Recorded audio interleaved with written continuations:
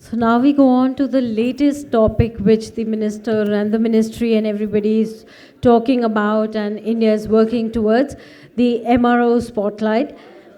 So maintaining growth, building a robust and ecosystem, MRO ecosystem in India. Requesting Mr. Michael Jain, co-chair PhD Civil Aviation Committee and Bel Aero Director to join us as the moderator. Requesting Mr. Abhishek, Head of Business Development, GMR Aerotechnic.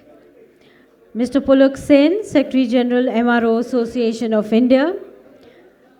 Mr. Sharad Agarwal, Chief Executive Officer, AIESL. Mr. Ambalik Agarwal, Managing Member, AMP Aero Services. And Mr. Mangalam Pandey, Business Transformation Team, Air India Limited, to be a part of the session. So requesting everyone to settle down so we can have the last round of interesting conversations going on.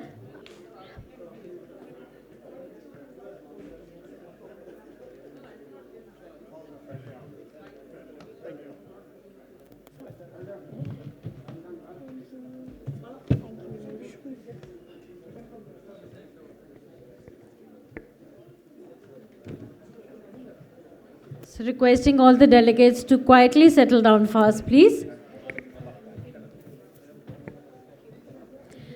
So the sessions are being recorded and we will be taking the deliberations and the recommendations forward as well and sharing it as well. So I hand it over to Michael, sir. Mr. Datta had to leave. Unfortunately, he had a meeting, so he won't be joining for this one, sir. Thank you.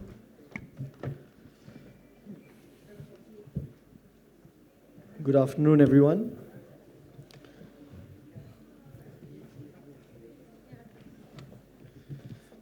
So as the minister this morning spoke with a lot of enthusiasm, MRO is really the spotlight and is the growing sector and is the area that needs to be addressed very importantly and very urgently in India, because we've got a whole lot of aircrafts on order.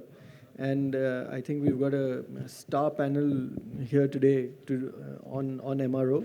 So maintaining growth, building a robust MRO ecosystem. I would like to welcome Mr. Abhishek How do I? Okay, Mr. Abhishek, Head of Business Development, MRO Aerotechnic. Mr. Pulak Sen, Secretary General, MRO Association of India. Mr. Sharad Agarwal, Chief Executive Officer, Air India Engineering Services Limited. Mr. Ambalik Agarwal, Managing Director, Managing Member, AMP Aero Services. And Mr. Mangalam Pandey, Business Transformation Team, Air India Limited. So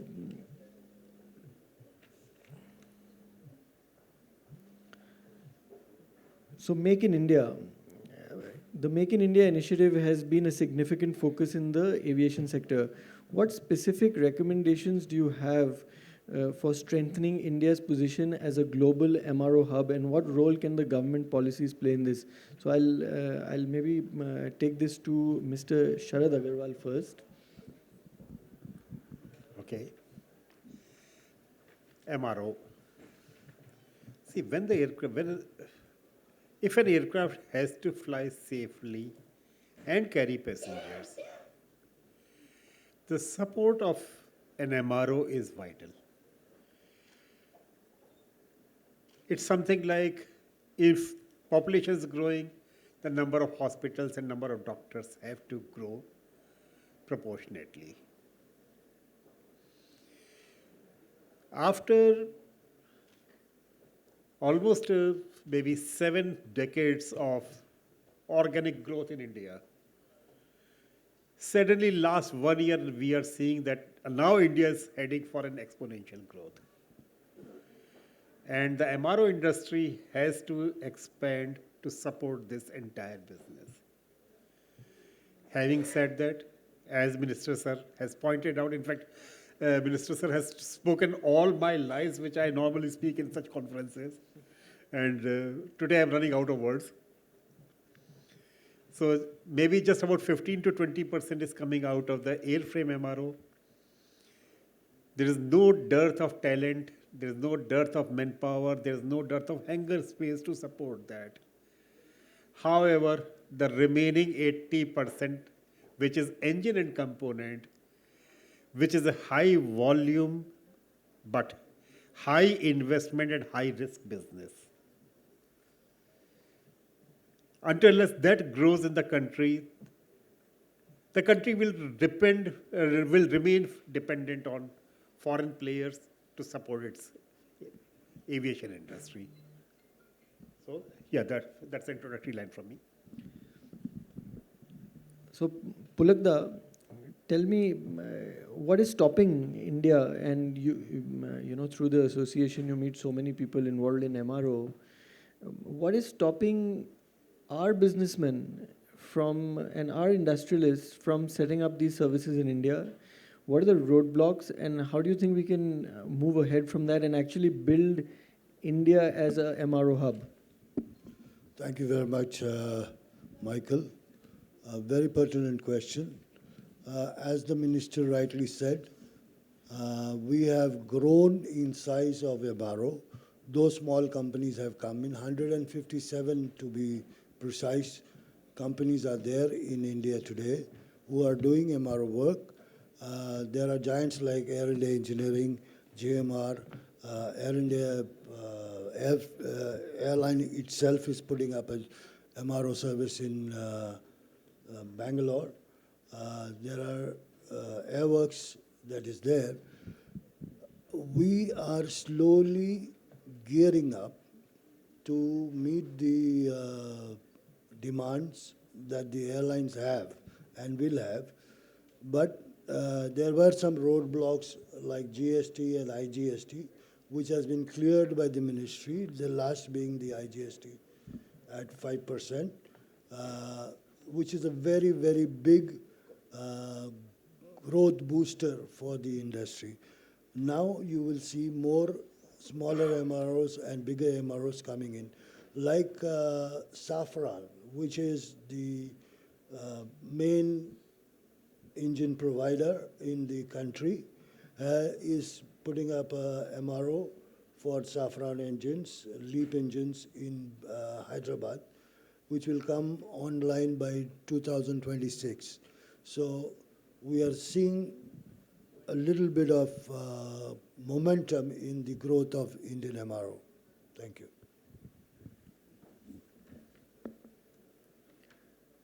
Abhishek sir, GMR Aerotechnic is doing a lot of work as well in India and has come up over the last few years. What direction are you going in, and how are you investing in growing MRO in India? Exactly, this is connected with your first question as well. So when you are talking about the global MRO hub, so it's like I have been in this industry for the last 17 years, and I have been hearing that the aviation market was not to the size where MRO can happen in India, because market was not that. So today that excuse is not there anymore, and now I think the stakeholders like OEMs and whoever, those who are not looking at India, must be looking at India now, because it's like becoming third largest domestic market. Ultimately it will become third largest market for aviation. And not only the number of aircraft, number of passengers, number of MRO companies are also growing in India. Like Pulakda said about Safran coming up with the biggest LEAP engine MRO in India, which will be serving globally. Like us, we are a MRO which started in India, but now I'm serving almost 70-75% of my capacity out of India. So airline from out of India coming for their airframe maintenance to our facility. And then we are looking at expansion and expanding this share further high.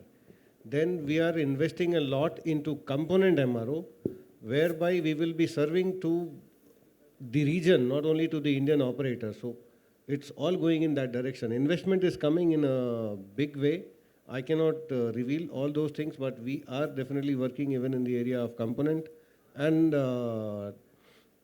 we are also bringing the BCF in India. So the freighter conversion, first official OEM product will start next year in India. So that is also the first time. So we are trying to bring as much as possible within India as a global MRO and airframe maintenance, both sides. Ambalik, you've got a lot of experience from the US because your company is based out of there, and there are a lot of small component repair shops in Miami. How will we create that ecosystem of small and medium-sized enterprises in India who can do that like there is in Miami? To be honest, if we just take a very basic part, if I take, for example, AIESL wants to send a part out, could be any type of part. If say I was a repair shop, it would you send it out, you got a repair order, it goes out, reaches the facility, gets repaired, you get a code for approval, gets repaired, comes back. Two major issues here, why airlines also suffer because of no MROs being here. One is they get killed by freight. Majority of the shops that exist are either US based or Europe based. So sending them out to these facilities is obviously not very cheap for any MRO facility or any airline. At the same time, the ease of doing business, of sending out a part and getting it back within 21 days or 30 days.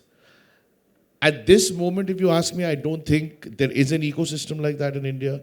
A lot of people that stay away from this is the first thing that it comes up to India, there's a lot of red tape involved to a certain extent. I'm giving you, I go to shows, I'm willing to take a question on that also later on, but there is a lot of, people say that I have talked to a number of MRO shops, can you please come and co-invest?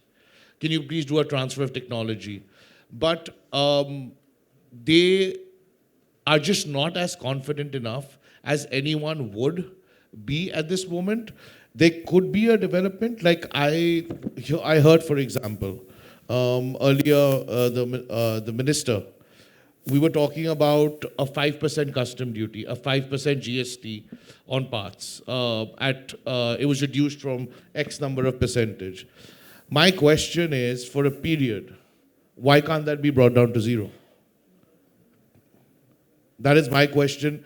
If you can take that forward to benefit more growth, benefit more people to come into industry, why can't they be GST? They are charging GST on every single ancillary service, whether it's repair of aircraft, whether it's fuel that goes into an aircraft, whether it's airport services that are provided in an aircraft.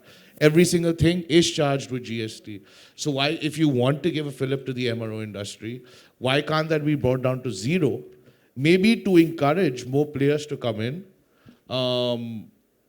create that ecosystem, and then once you have that ecosystem, you do what usually every country in the world does. You bring it up slowly, bring it up 1%, 2%, and then once they see the business volume, they see that you can actually generate, or the picture that you're trying to generate, you actually get there. Then I don't think anyone would have a problem even paying that 5% or it's 15%. But right now, even with 5%, I feel it's not only just for an investor. I think it's also for an MRO or an airline or anyone importing parts into the country. I think that 5% should not exist because that is just increasing cost. You've already spent, for example, $100. You're spending another 10% on free.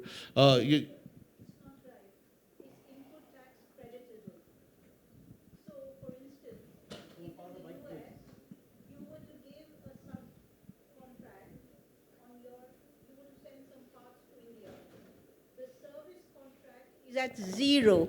The IGST on services is zero for MRO, for subleasing to India. That was done on 1st of April 2020. Now, because MRO activity is not the final activity, it goes for fitment into a plane, whatever part, the 5% GST that is paid is actually input tax creditable. So the MRO organization doesn't pay anything. And does the airline have the ability to absorb that 5%? Yes, it does, because it has a huge amount of passenger services, and because aviation turbine fuel is not in the GST, so they have a lot of margin for absorbing that input tax credit at zero, actually. So effectively, nobody pays that 5%. I agree, ma'am. No one would pay it. But I'm just saying is when you have that vision of you promoting a 5%. If I'm a US company, I'm not an Indian, and I bring out a part, and someone would, for example, they would come up to me and they would start negotiating. I could be wrong in my thought process. I stand to be corrected. We'll have a bilateral chat on that. Yeah, we'll have a bilateral chat on that. But I'm just saying it could be a zero net effect. But I'm just saying is for a sentiment, it might be zero for some people. I don't operate out of here typically. I supply parts, but I supply it FOB Miami. So I'm not very. I might not be extremely clear as to what an airline is paying, but if I'm on the selling side of parts, I get heavily negotiated by throwing numbers at me. Okay, we need to pay this, we need to pay that, and this is an airline or an MRO saying that मेरे को 25% का discount दो इस part पे और मैं 25% मेरा profit होगा उस पार्ट पे मैं कहाँ से डिस्काउंट दूँ उस पार्ट पे because they say we have heavy cost to incur in India. I keep it that way. I stand to be corrected. If happy to have a side discussion on that as well. But yeah, I mean I'm talking it from a foreign-based ecosystem that if you want to even attract it, you can just create that ecosystem to have even if we have a tax or not tax, have everything, have them come and set up and make it clear to them that there are no extra costs. That's what I'm trying to say. You've created an SEC in Hyderabad, you've created an SEC in X number of places. Just make it clear there's no kind of cost involved in it, and you see people will come. Right now, there's a lot of misconception in the market outside as to why, what kind of costs are there. Like I told Ma'am, I'm telling you, I've met with repair shops in America. I had the pleasure of meeting with Michael itself, and everyone has that fear, even still. I have to second that because even I've been to quite a few shows, and I think the idea of India I have no something that we reply need to for change. suspicions and fears and narratives. India continues to be beset with just fears. Okay, let's not I agree. We go down are the that. people who have to change that mindset. Yeah, completely. we'll do that. That's why I'm Absolutely. here answering his question. But now coming to Mangalam, Air India. This is everyone's very bullish on Air India. What are the challenges that you see on the MRO side, and what would Air India now as a private company like to see happen, in this area? Thank you for the question, Michael. So basically, I'll just touch base on what we discussed now. So basically, there has a change. I understand people had a perception about India, the way the Indian ecosystem was operated in the past. When Air India got into the venture almost 2.5 years now since the privatization, so Air India has taken the liberty, the pain to bring all the OEM back to India, come, spend time with us, understand the business, understand our challenge, and get their solution in India. So today, to your surprise, whether we are talking about the OEM directly, Airbus, Boeing. So a time when we had the hardly 50 to 100 people across India handling the Asia Pacific, today we have got more than 50 plus people handling Air India as such as operator. It means the OEM has understood their area. They're owning their problem area. They're trying to just come out to solve the problem. They're also extending further where we're talking about the GE, Safran. We're talking about the Thales, Collins, Honeywell, and any number of the OEMs which you talk today. So there was a good amount of effort has been put where India or the operator in India, they have taken the pain, and now the OEMs are realizing they are the stakeholder to the system.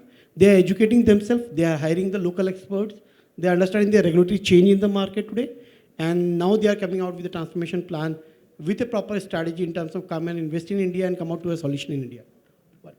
Second, when you talk about the MRO, so we need to understand one thing basically. So we are 400 to 500 aircraft we are operating, small, big today. So we have got 3-4 major MRO players today in the market. So while we are talking about the future expansion, we talked about the numbers 1,000, 1,200. Plus, I'm sure all the operator has their numbers in mind. If everything goes as per the plan, we are in discussion with the OEMs, the numbers will go further up, right? So because if everything, there is a delivery challenge from the OEM. If you get to understand this, good that MROs are not, the manufacturers are not here in the system. There is a challenge in their supply chain in terms of delivery. We are ready to take the aircraft in today. So in last 1 year, we have taken more than 50 plus aircraft. But to your surprise, another 1 year, I'm not sure if we will have 5 to 10 aircrafts or not. That is the supply chain constraint today we have. Because suddenly there was a disruption in the market because of the COVID. All the orders available in the market, Air India could grab that out. But if you talk about the value chain availability, the proportion availability in the market, already orders are placed, but the availability of aircraft is something which we are negotiating every day and week with the OEMs today. Now, when you talk about the MRO requirement, when the numbers are going up by 1,000, every individual company has ordered for more than 100, 500 aircrafts.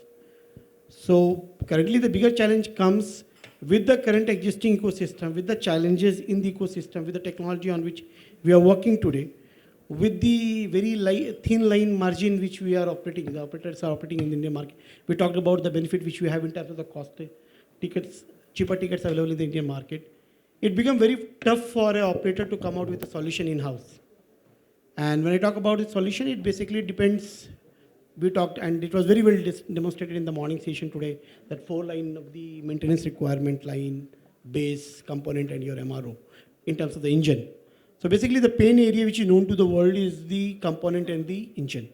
Today we have discussed, we have organization coming up here now. So component part, let me assure, we are into a discussion and we are very well coming out with the solutions in terms of getting the permanent solutions from the OEM, coming and partnering in India with the Indian vendor, coming out with the joint ventures and putting up their own setup for the service and repair centers which they are putting here. That gives you a confidence that yes, you are making them accountable. Their owners does not lie only with selling the product to the Airbus and Boeing and then get rid of this. Service is also their responsibility. That is the solution which is coming up your way. So we have that thing alignment happening. That also gives you a CapEx confirmation. So we have got the proper CapEx shared with them. The amount book order has been given to the respective OEMs. They are confident now and they are able to take this up. Similar lines of discussions are there in the engine now. We are in a better position today, taking the learnings which we had from the Go Air. So that is already coming up. That does not mean that Air India only need to work out on the external solution. There are a lot of opportunities for the in-house solution. I'm sure GMR has expanded in last couple of years' time, and I'm sure they have a huge expansion plan. ASL has evolved in last, what we have seen ASL 5-10 years back and what we are seeing today is, because we have taken the services, we are aware how things have evolved with time. And there are a lot of huge opportunity for them. But as you understand, it's a highly capex intensive industry. It requires a huge partnership now. Since the government is open, the FDIs are open now, it's a smart opportunity for all of them to grab, partner with them. I'm sure a lot of discussion going around. Safran is very close to the GMR facility now. And many more opportunities coming up today. So while we are talking today, Air India has done the groundbreaking for the upcoming MRO facility in Bangalore. So things are evolving, things are coming up. And as a MRO, we have to, as a operator, we have to ensure that we have our in-house facility. It does not mean that we alone can handle this out. The idea is to develop a plan B and plan C in front, so that you are securing your future up front. While with the current source, we are in discussion with GMR. Airworks does support us. ASL is our day-to-day partner, which we are helping us on our day-to-day operations over there. That's how it is evolving, and we have a clear-cut roadmap, a strategic roadmap in place today.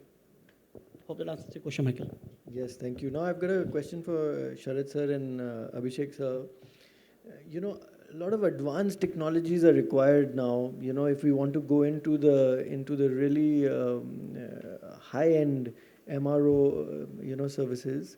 So actually, it's 2 questions. What do you think of the finance landscape to finance that? Firstly, secondly, technology transfer.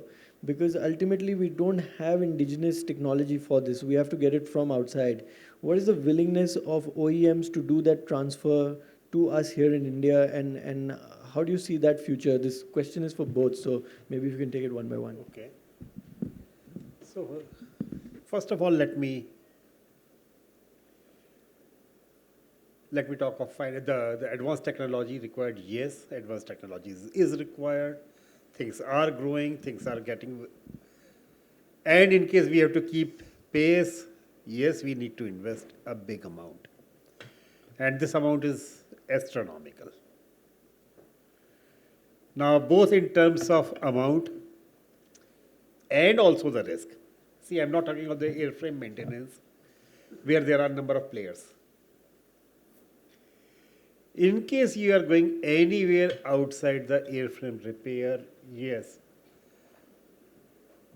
it is, unfortunately, what these days the components which OEMs are making, unfortunately, are very, very reliable.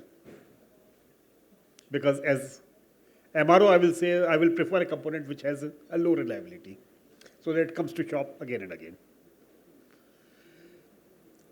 You invest into something big, the component has a failure rate of 1 in 1 lakh hours. You keep on waiting for the component to arrive. God knows when you'll be servicing it. Next is that technology transfer. Well, actually, technology transfer is not the correct word. It's just a sharing of the manuals. You have invested into technology to build a component. I'm not asking you for that. I'm only asking you that I want to repair that component. Please share the manual. I will use your part only to service this. I will just repair it, test it, and send it back to the airlines. To be very honest, I'm really not asking for any technology transfer. I'm just saying, give me even the screwdriver technology. Just to test it using your rig, I test it. Using your components, I replace it. And I send it back to the airlines. Now, another thing is, yes, India is going to get maybe 2,000 LEAP engines, the entire narrow body. The Airbus as well as Boeing will be powered by the LEAP engines.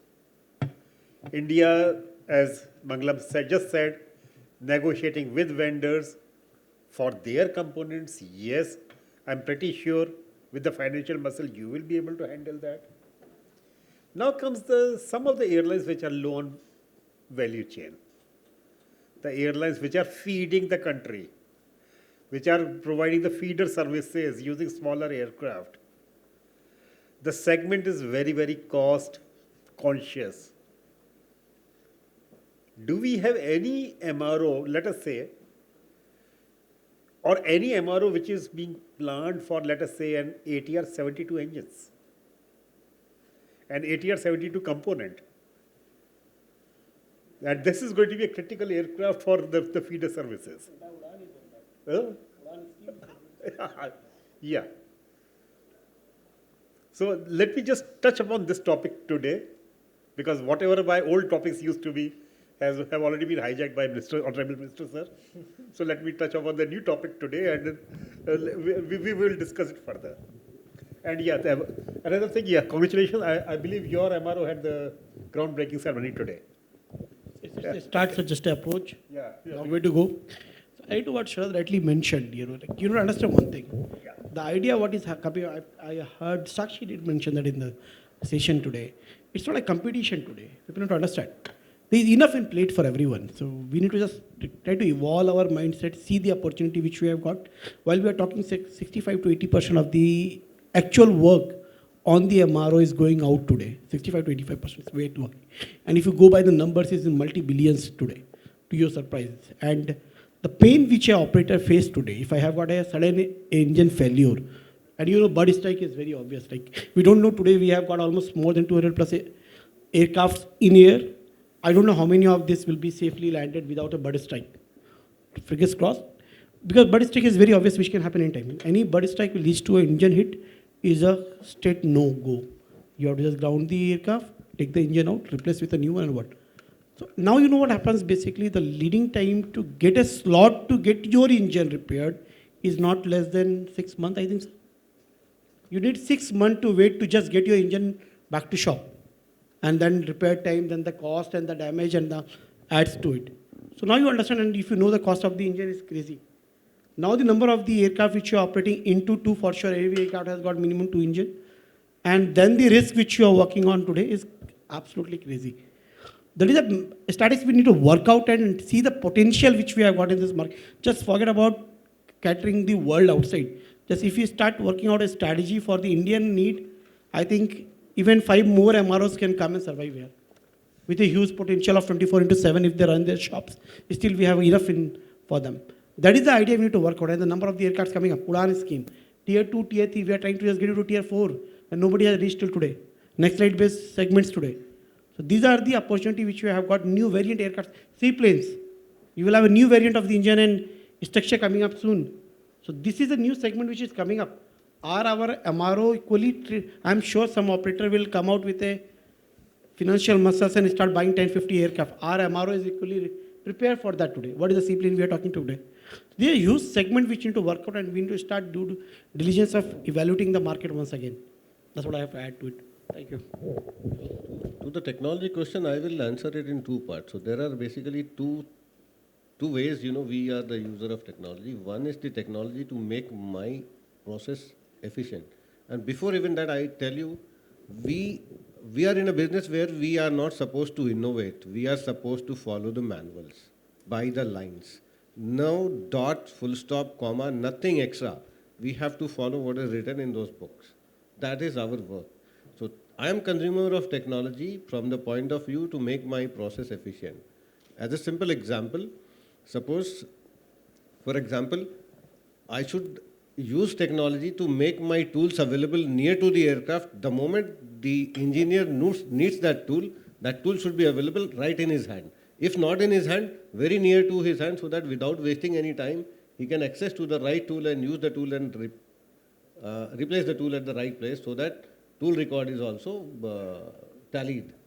So there is where we are using the technology. So if you come to our place, we can demonstrate how we are doing this. So, and these kind of technology, mind it, there are Indian companies, those who are superpower and providing these kind of technologies to create efficiencies out of any workplace. Then, second part of technology which is used on the aircraft as a machine. So that technology, definitely OEM is investing in that money. And we really don't want that technology. All we need is the know-how, how to repair those. So only their maintenance manual. Yes, so they are very pricey. OEMs are keeping those very, very reserved under their IP rights. And whenever we try to access that, or when we try to get into that kind of maintenance program, those are very, very expensive for us. So there is where we are in negotiation to discuss and find out a way how we can make it attractive even for them from India, because there is a huge amount of India advantage which we can offer to them, which is elsewhere not available, which they are started to realizing it thanks to the bigger orders which operators in India have placed with them. So this is how the two ways technology is impacting in our daily life. Pulukda, now a question for you on gaps in skill development for MRO. We've got a lot of aeronautical engineers. We've got a lot of students who are studying this. We've got fantastic brains in the country. But is that manpower ready to actually start working on MRO, and what do we need to do in that area? Thank you for the question, Michael. I was involved with the Aviation and Airline Sector Skill Council, which is which makes the job descriptions. And we have identified 10 such job description for MRO. And today we have Air India Engineering, which has got courses for people who come out of engineering schools to be honed into professional skill. Same is with JMR. They have put up a school of themselves. There are other engineering institutions in Bombay, Delhi, elsewhere, who are producing that the workforce. But the problem is this workforce which comes out of the schools, the so-called schools, do not get the chance to inspect a live aircraft. So they have to go through schools like JMRs or Air India Engineering or such. Airworks also has some school type of that sort. And I am sure we will require several engineers to fuel our engineering need for the 1,200 aircraft that we have placed order for. So there is a huge requirement for educated youth to come into our aviation fraternity at the right moment. This is the right moment where they should come and actively participate in the training. And I am sure Abhishek and Sharad will be able to give you more answers to this. Thank you. I would like to add something here, this is my personal opinion. So our whole education system had this flaw of, not training people, just educating. So even engineers, as an engineer, I studied most of my 4 years in classroom and partially in labs, but not really in the industry. But if you go to developed countries, you will see a lot of apprenticeship programs whereby these professional engineering courses, at least half year or 1 year is actually at a working factory environment. That's what we realize also in Indian aviation education system, whereby there are colleges, those who are imparting education for AME and technician courses, but they were not finishing it up with the real, experience on the live aircraft. So realizing this, our promoters have started the GMR School of Aviation in Hyderabad, which is a state-of-art school in India, one of its kind, unique, where we have this 4-year full-time course with active labs and real-time live aircraft in the school's hangar, plus associated with the MRO facility at a walking distance. So our goal is to bring up a batch of 170 odd candidates in a year. After 4 years from now, first batch already started. So these people will be directly employable by anybody who needs those people to start signing off the services. Only they will need, in addition to that course, they will need some sort of a type certification, which we are also adding as a top up to the course. So they will be really coming out as ready to be deployed in the industry. So this is the kind of thing we need more and more in India, basically. This is what I want to add. And I think everybody will agree on the panel. I do agree partly, but I will say that even the regulation is pretty clear about that. You join an aviation school, it typically takes 3 years. It's a 50-50 mix of classroom and practicals. So there's a lot of practical elements. I know the GMR is now going to do it, and you have started it. You've taken the first batch. And definitely you will do much better than an average college who is doing. You pass through that, you are after 3 years, you are ready to join the industry. You will require maybe 3 months training on the job by an airlines or an MRO. And you are ready to be working on the aircraft as a technician. Now comes the working as an engineer. Again, the regulation is pretty clear about it. Any such product, you work in the industry for at least 1 year as technician, you will develop enough skill to start even certifying the aircraft under CAT-A license.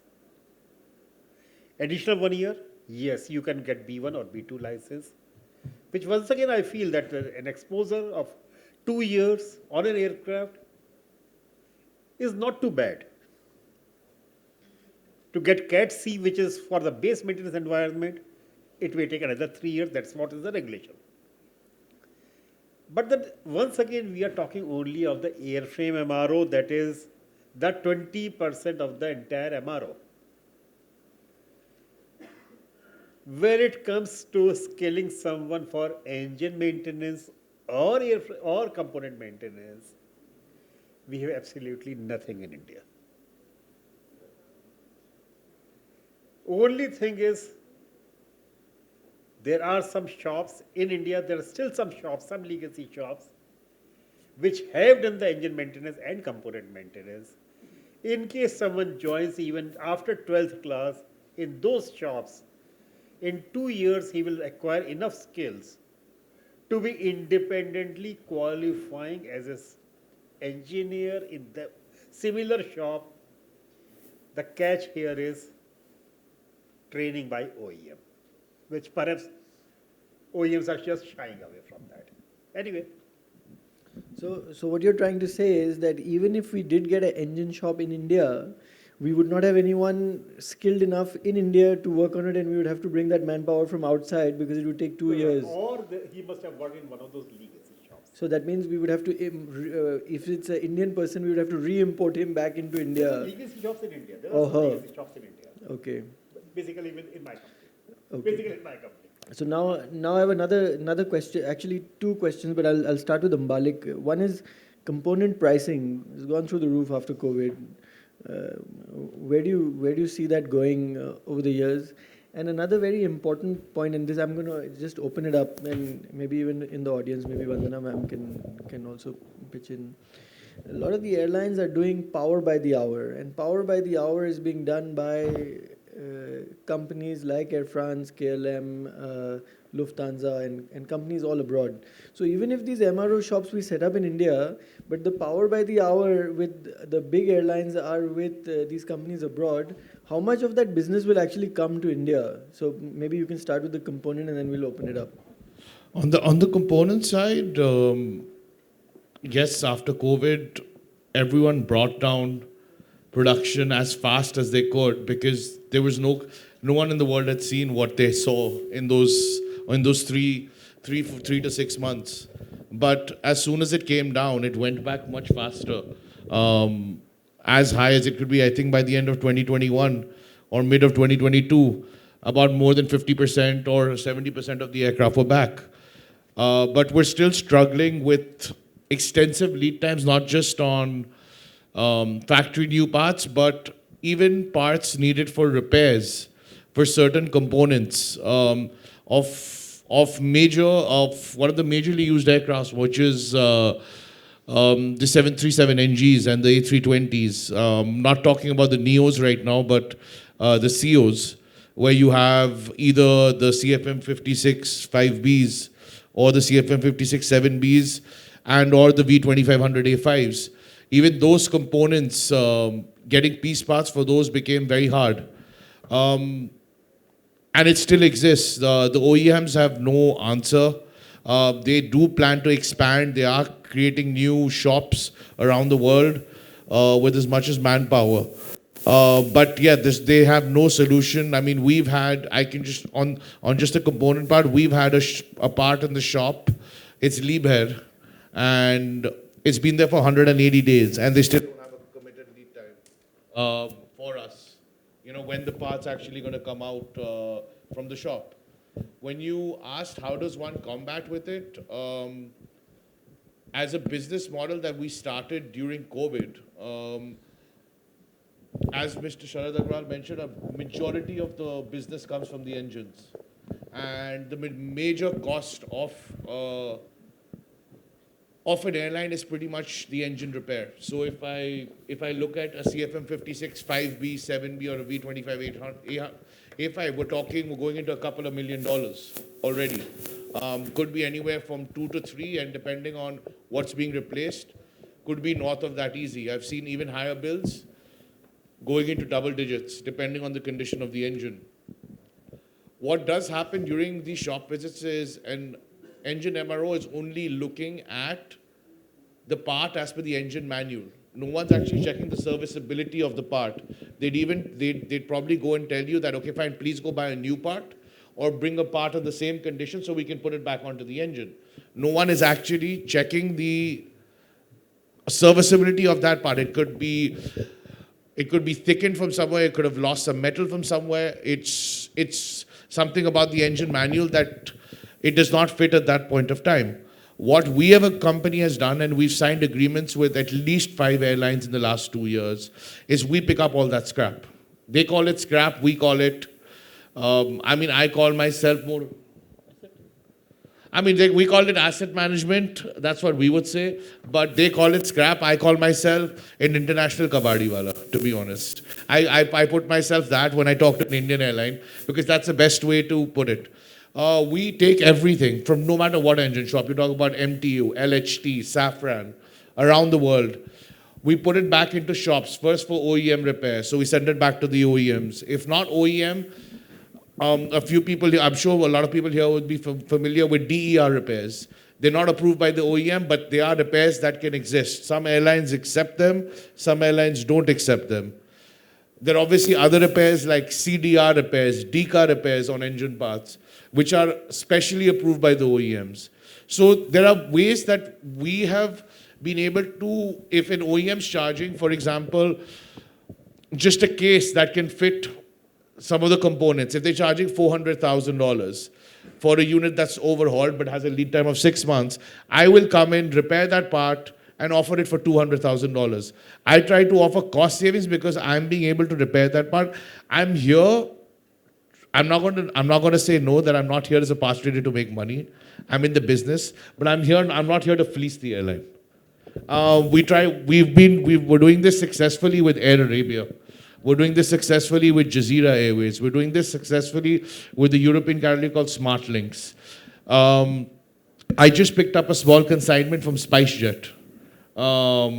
Again, engine parts. We're working to do this with, I'm working to take all the airframe components in from Air Arabia as well. So as I mentioned, there's a way you can negate this because the OEMs, even if you go for new parts, there's a lead time. Even if you try to repair certain parts, there's an extended lead time. Okay, so we try to bring down that thing is either use non-approved repairs that are approved by the FAA but not by the OEM, or find parts that are on the market to supply to our customers. There is enough supply, but on the aftermarket, because the aftermarket is a big industry, there's only two ways you can get material. You either tear down your own aircraft, which is 12 to 15 years old. You either tear down your own engine and you get the material off that. There's a lot of companies worldwide that are doing that. We have ourselves torn down about 5 engines already in the last 3 years, going from CFM 56-3s to -5s. A lot of the consignment material that we get is CFM 56-5-7s, the V2500 A5s, which is a bulk of the fleet in India as well right now, as we're moving from as we're moving towards the Neos, which is the LEAP 1As, the Pratt & Whitney 1100s. So yes, there is still an issue. We have used this method of pretty much helping airlines get their own parts back at a much cheaper cost. We're not here, if the repair is, for example, X, we're doing X into 10-15%. We're not doing X and looking at the list price. I mean, if you look at when I joined this industry, I mean, there are a lot of people that have been here for 20, 30 years. I joined only in 2014. I'm not gonna lie about how long I've been here, but I've seen a part which is one of the major engine parts. It's called a 4x9 spool, which exists on a CFM engine. I've seen that part go from $385,000 as a new part, and today's list price is $765,000. Now the OEM used to increase price once a year. Now they're increasing prices twice a year, and the increase of those prices are at least 8 to 10% twice a year. So it's becoming very hard for airlines, especially on the engine maintenance. We are trying to sort it out by obviously getting these parts back into the air as soon as possible. Sometimes we're successful, sometimes we're not successful, but you either get parts through this way and get them out faster, or you get them, or you tear down your own aircraft. That's the only way, because with the majority of the fleet being A320s and 737NGs worldwide, not just in India, you need to have, I mean, that's where you're going to make the money. You cannot think you're going to tear down a 787 and you're going to make money off it. Or you're not going to tear down an A350 and make money. You might be able to, but someone, I mean, I know people who have torn down A380s. And people, there's only one airline in the world that is desperate for parts, and that is Emirates, because they decided to continue with the fleet. but the OEM's not supporting anymore. So there's multiple pros and cons. The OEMs have not been able to catch up. And they're still struggling, not just on full units, but even piece parts to repair their own units. That is a big problem for airlines and even the MRO shops in India, whether it's base maintenance, because the engine is thing, but there's a lot of accessories, which is called LRUs or QEC, that go around the engine also, which is something that a MRO can handle also. So it's not just the airframe, is everything else apart from that. But the QEC also kind of falls into airframe, but it's also considered an engine component. Now, just coming to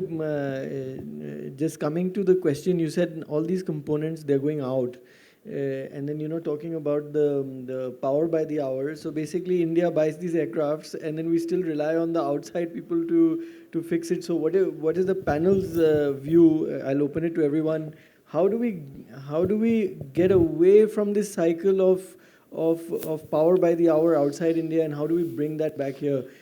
Even if we set up those MROs in India, maybe Abhishek sir or Sharad sir. Can I just add one thing to that? One small thing to that. On the power by the hour or all the contracts that these airlines sign, I mean, we are in an aftermarket where we have probably 1,000 competitors on a daily basis.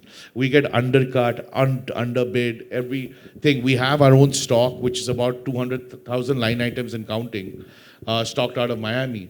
But we get outbid every day. Now, when you have these contracts, even if you have an Air France, KLM, or Lufthansa Technique, they are just getting.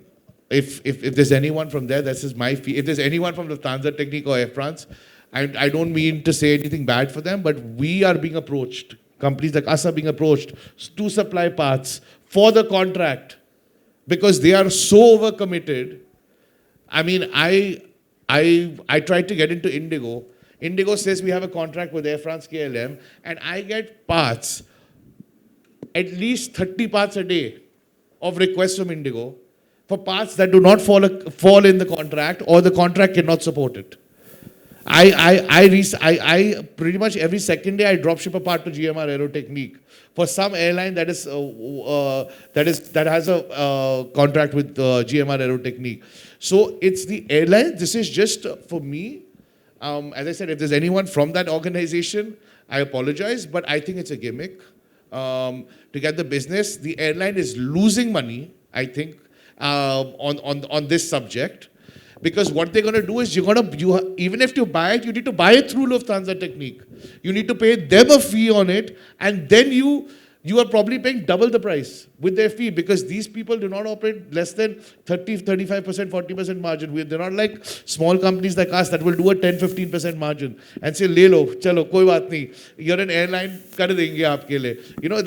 That is the thing. I mean, I've been doing this for 10 years, and I have got so many requests from the big boys of this industry that if I'm listing, there's one platform, I'm sure Mr. Sharad Agarwal knows, there's one platform called ILS, parts-based local. You go there, you see who's listing it, reach out to them, you'll get the part. Khatam baat. What are the views of the other panelists here? My opinion is, we need to really understand the needs of operators. So, as you are from Air India, you would know, you would like to do sourcing from less number of people, right? And this power by hour or whatever is this is sort of an insurance package they are buying, that somebody for X price is standing the guarantee that I will get this when I need this. Wherever it is getting it from. So they might be getting from other 10,000 suppliers. They may not be expert of everything in-house. So that's how they are managing. They are kind of aggregator. They are just managing single window operation for the operator, which suits the operator. In case it does not suit the operator will never buy it. So this is actually matchmaking happens where power by hour comes into picture.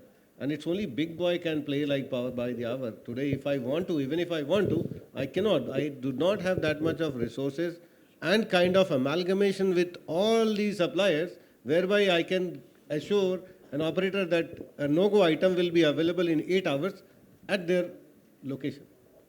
So I have to have that kind of power, then only I can become. So those who are big boys, they can do the networking. They are offering this sort of an insurance program. whereby they might be doing 75% of stuff in-house, another 25%, maybe my percentage is not correct, it could be a different ratio, but it is definitely a ratio, whereby something is in-house and rest all is outsourced from different vendors. So it's If sort I of can an add- insurance program. If I can add to what Abhishek said, Ambalik has got a good understanding challenge, but let's step back and understand why this happens basically, why an operator would really try to go into that. So basically there are a lot of fundamental issues which has to be fixed out. When an operator get into a business of operation, his focus is in operation. So the idea is not to go back and then start managing the 100 odd, rather 1,000 odd component, and then start negotiating and trying to make money and save money. It's not only 1,000. If you consider And 320 into X, family into X, feed, into it will X. be at least 17,000 single line item on day-to-day basis. So I'm just talking about the major ones. So basically, if you try to understand the fundamental on that, basically, the idea is to completely outsource your pain. So with this approach, you make OEM accountable for their product.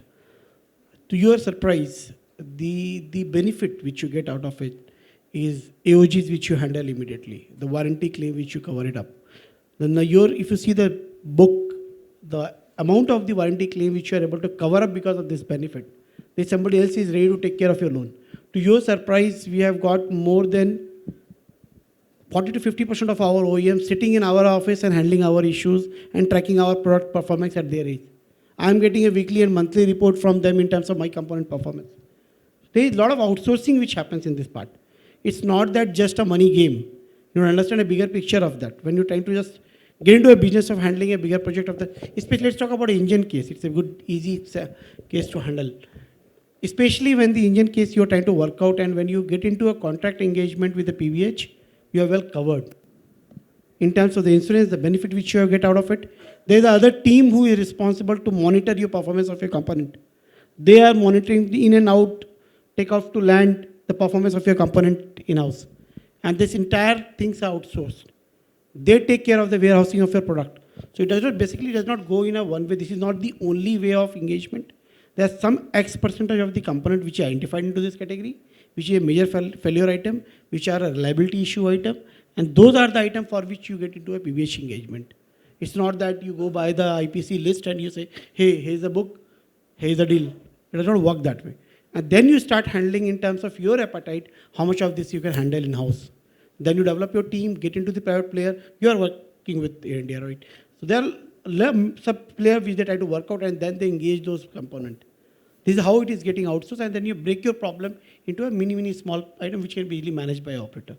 That's what I have to add into. So now the dangerous lady of PhD, Bhavna, is looking at me and she's asking me that we are running out of time. So just to summarize, I think we are at the cusp of a great revolution in India. There's a lot of work that still needs to be done. All the stakeholders need to really put in there. And I personally, and maybe Ambalik also, we travel quite a lot to very common shows. We have to undertake to fly the Indian flag high and to promote India. And as Vandana ma'am said, we need to really educate people that India is open for business, and we are very serious players in this game, and we are ready to take off. And on that note, if there are any questions, please, and then we'll close. Please.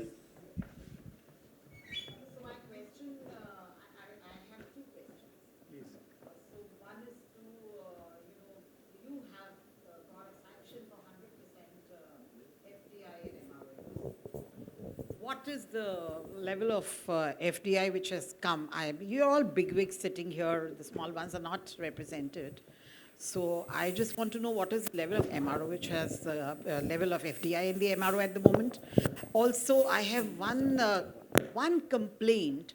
As a journalist, I'm Sangeeta Saxena, editor, Aviation and Defense Universe, and I have a complaint from the smaller MROs always that when a component goes, something comes to them for MRO.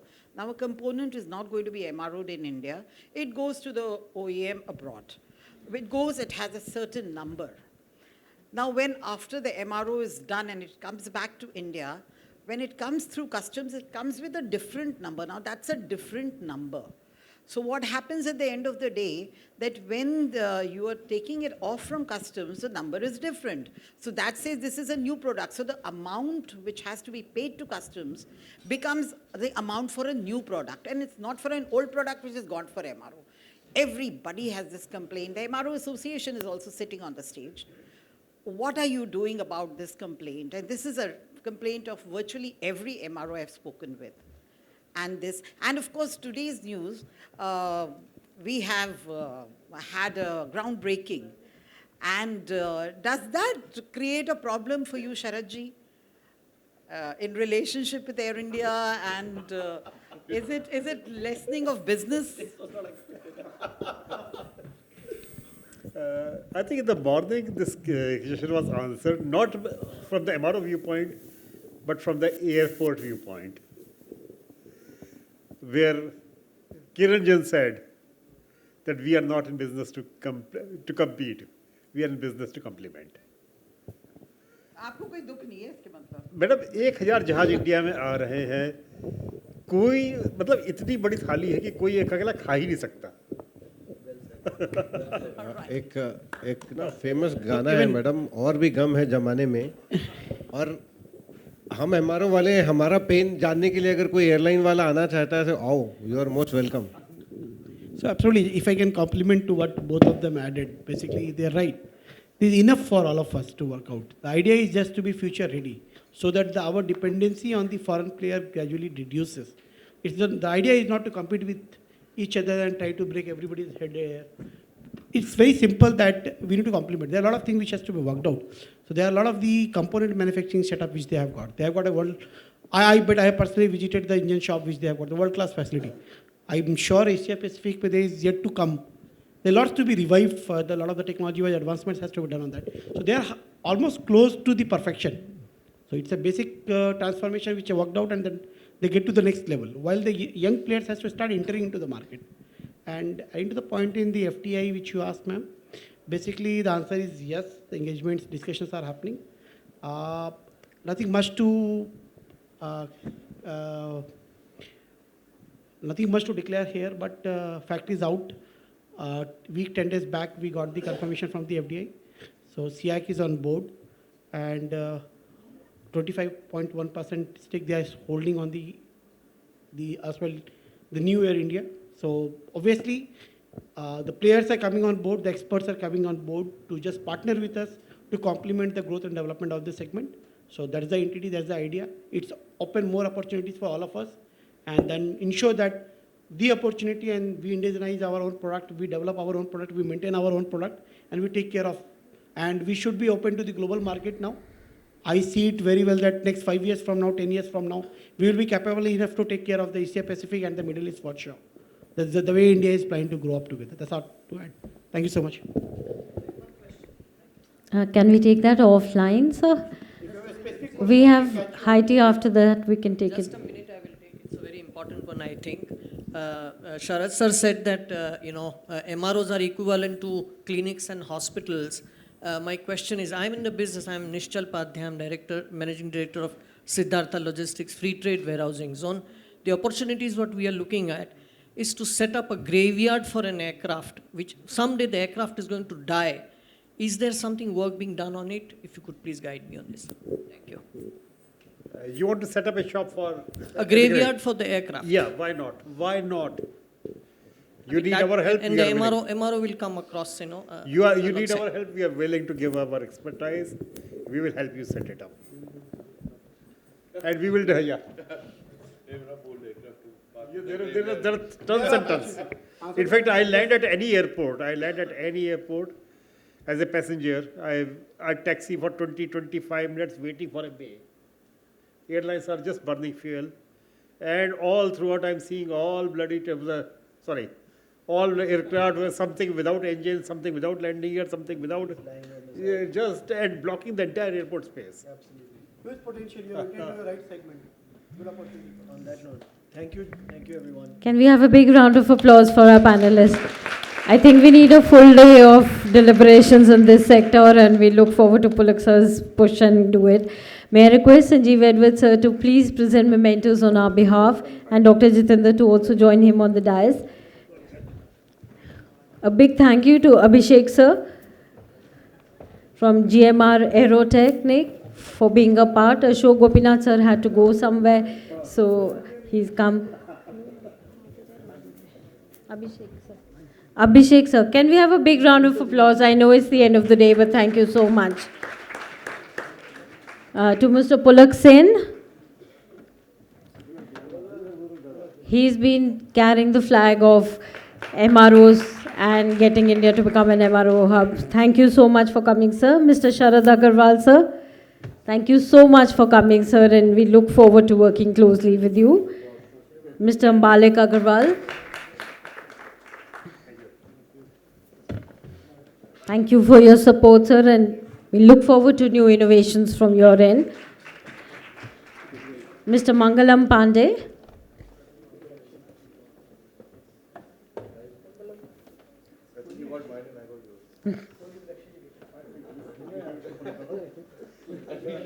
Mr. Mangalam Pandey, कौन सा आपको डाला? And last but not the least, Mr. Michael Jain, co-chair of the Phdcci Civil Aviation Committee. A big round of applause for him. This program would not be a success without his support. Thank you so very much, sir. Thank you. बाद में change कर लेंगे. Can we have a group photograph as well?